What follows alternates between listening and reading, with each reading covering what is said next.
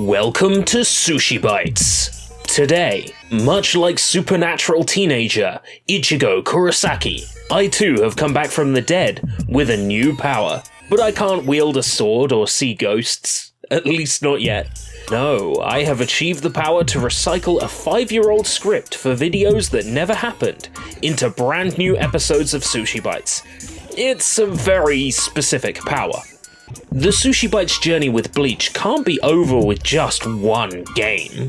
There are still tons of games based on this successful franchise, and we don't see region-locked covering them now, do we? Yes, one of the reasons I haven't been making content is seeing another channel ape my content and get hundreds of thousands of views. It's incredibly disheartening. Bleach is a series I barely had a chance to wax joyous over last time, and I think last time I skipped a little bit too much of the information as to what makes Bleach what it is. No, it's not detergent. I assumed the audience knew exactly what Bleach was, naming characters by name without thoroughly introducing anything. This is because the Heat the Soul episode was made by basically cutting out a finished chunk of what was going to be a SushiBites episode, not only explaining what Bleach is, but covering 3 of the Heat of the Soul games rather than just 1. All I can say is that depression is a bitch, and when you're knee-deep in a project and sick of it, sometimes just releasing the most complete chunk of it feels like the right move at the time. Unfortunately, the finished intro I decided to cut, which was fairly decent, has been lost to the failed hard drives of time. So allow me to do my best to explain what Bleach is to those who are entirely new to this franchise, again. So Bleach started life as a manga written and illustrated by Tite Kubo, a rock star of the manga world if you will.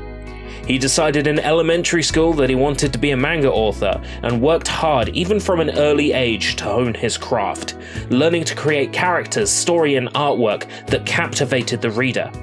After a few small works including his first serial Zombie Powder, which ran for 27 chapters, he moved on to his next project, Bleach.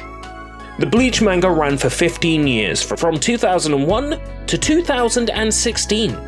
An anime aired for 8 years, from 2004 to 2012. And even now that Bleach is no longer an active franchise, there continues to be the occasional merchandising run, or mobile game, or character appearance in other video games to keep the series represented. Tite Kubo is providing character designs for the upcoming Sakura Wars sequel from Sega, releasing in Japan in December of this year. I for one am stoked to see Tite Kubo still getting some work, with top-tier voice acting in both its original Japanese dub and the English localization.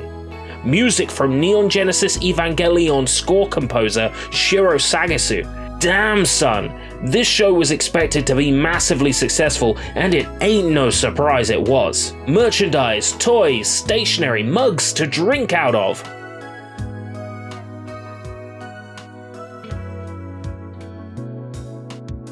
Is that a camera?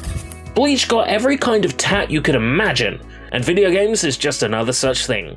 By my understanding, there are 23 Bleach games. One of the earlier Bleach games is the subject of today's episode. Bleach GC, Tasogare ni Mamieru Shinigami, Death Gods Meeting in the Twilight.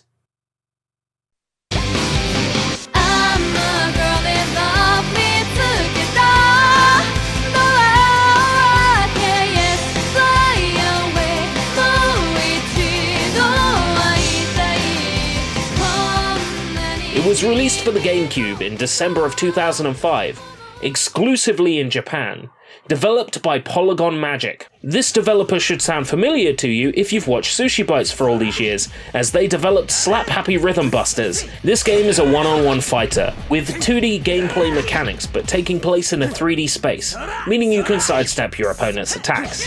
As with most fighting games, the goal is to whittle down the enemy's health while avoiding losing yours. It's a one-on-one fighter. Come on. Do you want me to explain how it works? Bleach GC utilizes the soul mechanics from the show, allowing you to build up your Reiatsu, or spirit pressure if you prefer, to stun an enemy. When an enemy is stunned, they will move at half speed, allowing you to line up your special moves a lot easier, or just pummel them silly. You have access to 2 special moves for each character and an ultimate skill. These require different amounts of spirit power to use, and the handy chart in the bottom corner tells you at any time which abilities you have enough power to use. One really cool thing about this game's ultimate moves is that they have cut-in FMV for when they're used. The downside, however, is that all the ultimate moves basically act the same. Still, each of the game's characters has an ultimate skill, which can't be said for the Heat of the Soul series, where many characters don't have release forms to use. The story of Bleach's 2nd and 3rd seasons is told in the form of the game's scenario mode, featuring 3 scenarios that cover different characters' perspectives of the events from the 2 seasons. The first scenario follows main character Ichigo Kurosaki and his crew, as they travel through the Soul Society, the land of gods, so to speak, on their quest to rescue their good friend Rukia, who has been wrongfully sentenced to execution. The second scenario focuses on Renji Abarai, friend of the aforementioned Rukia, who is struggling to determine the right course of action regarding his imprisoned friend. The last scenario follows the events from the perspective of Byakuya Kuchiki, the brother of Rukia, whose eagerness to make promises has landed him in a circumstance where one will have to be broken. The scenarios are split into fights punctuated by fully voiced cutscenes. Though the story is told with mostly still images and some basic movement, they are at least accompanied by the show's excellent music. The scenarios follow the show well for the most part, deviating here and there for the sake of adding extra gameplay, or tiptoeing around the game's lack of assets for certain scenes.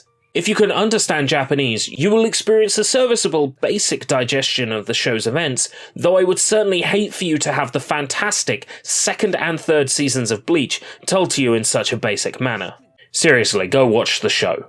There are 25 playable characters, though 2 have alternate forms, which are also unlockable. An impressive roster, over double what Bleach Heat the Soul 2 had managed 3 months prior. Each character's special moves are based on what they have in the animated series and the manga. Characters such as Aizen, Kaname, and Saijin had yet to have their visuals for the anime nailed down, which is why they all look a little bit off-model compared to the show. Saijin most notably appears grey instead of orange, but we'll let that slide because they didn't have any idea what colour he was supposed to be at this point. Outside of the scenario mode are your typical versus modes, an arcade style mode, and a 13 combatant survival mode. Beating the arcade mode or survival mode will unlock other characters and artworks to peruse in the game's extra mode. And each character's 3D model is also available for viewing in the extra mode once they're unlocked. A few of the hidden characters can also be unlocked by punching in some cheat codes in the password mode, which are on screen now. Also worth noting, the game has a lesson mode, where you can play through tutorials or set up a practice match. Not all fighting games have this, so I gotta give credit where it's due. While the game certainly isn't all too impressive to look at now, I still appreciate the accuracy in recreating the environments and characters featured in Bleach. While certainly not high-end by Gamecube standards, the cel-shaded aesthetic would have looked incredibly appealing on an old CRT television, and still holds up today. Bleach GC would be the only Bleach game to land on Gamecube. The following 2 would make their home on Wii instead. Bleach GC will satisfy any itch you have to see the characters from the Bleach franchise in a traditional style fighting game on console. While the Heat the Soul series would eventually eclipse this game in terms of characters and features, that series was exclusive to Sony's PSP, the only way to play that version on TV being a PSN download for the PlayStation TV.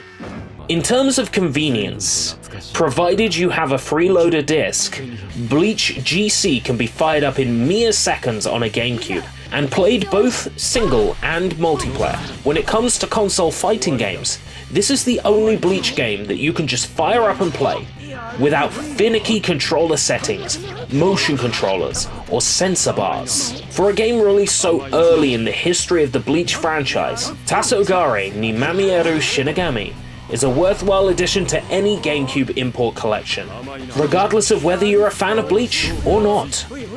This has been SushiBites. Thanks for watching. 悪いが、もう勝負はついている。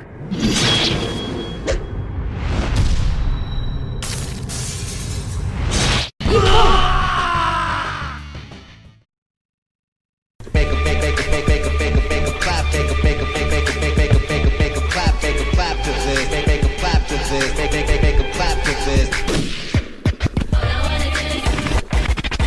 Make a